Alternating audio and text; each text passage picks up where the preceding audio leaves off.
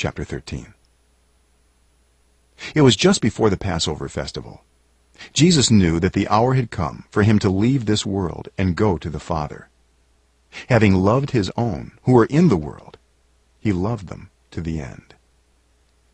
The evening meal was in progress, and the devil had already prompted Judas, the son of Simon Iscariot, to betray Jesus. Jesus knew that the Father had put all things under his power, and that he had come from God and was returning to God. So he got up from the meal, took off his outer clothing, and wrapped a towel around his waist. After that, he poured water into a basin and began to wash his disciples' feet, drying them with the towel that was wrapped around him. He came to Simon Peter, who said to him, "Lord, are you going to wash my feet?" Jesus replied, "You do not realize now what I am doing, but later you will understand." "No," said Peter, "you shall never wash my feet." Jesus answered, "Unless I wash you, you have no part with me."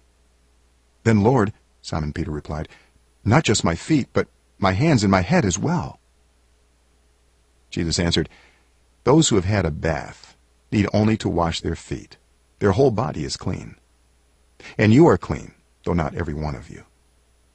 For he knew who was going to betray him, and that was why he said not everyone was clean. When he had finished washing their feet, he put on his clothes and returned to his place. "Do you understand what I have done for you?" he asked them. "You call me teacher and Lord, and rightly so, for that is what I am. Now that I, your Lord and teacher, have washed your feet, you also should wash one another's feet. I have set you an example that you should do as I have done for you. Very truly I tell you, no servant is greater than his master, nor is a messenger greater than the one who sent him. Now that you know these things, you will be blessed if you do them. I am not referring to all of you. I know those I have chosen. But this is to fulfill this passage of Scripture. He who shared my bread has turned against me. I am telling you now before it happens, so that when it does happen, you will believe that I am who I am. Very truly I tell you, whoever accepts anyone I send accepts me, and whoever accepts me accepts the one who sent me." After he had said this, Jesus was troubled in spirit and testified, "Very truly I tell you, one of you is going to betray me." His disciples stared at one another at a loss to know which of them he meant.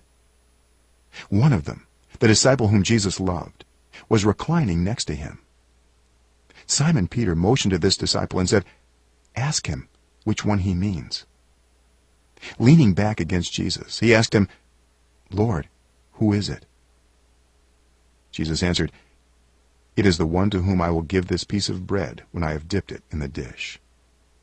Then, dipping the piece of bread, he gave it to Judas, the son of Simon Iscariot. As soon as Judas took the bread, Satan entered into him.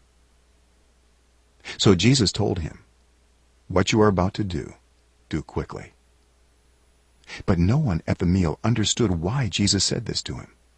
Since Judas had charge of the money, some thought Jesus was telling him to buy what was needed for the festival, or to give something to the poor. As soon as Judas had taken the bread, he went out, and it was night. When he was gone, Jesus said, "Now the Son of Man is glorified, and God is glorified in him.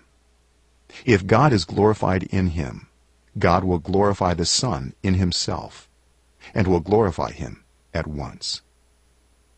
My children, I will be with you only a little longer. You will look for me, and just as I told the Jews, so I tell you now.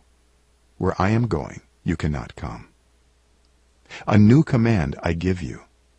Love one another. As I have loved you, so you must love one another.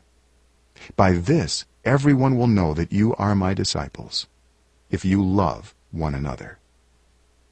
Simon Peter asked him, "Lord, where are you going?"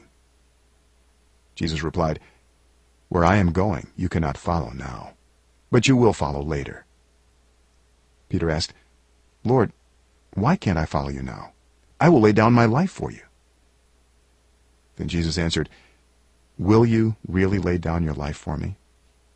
Very truly I tell you, before the rooster crows, you will disown me 3 times."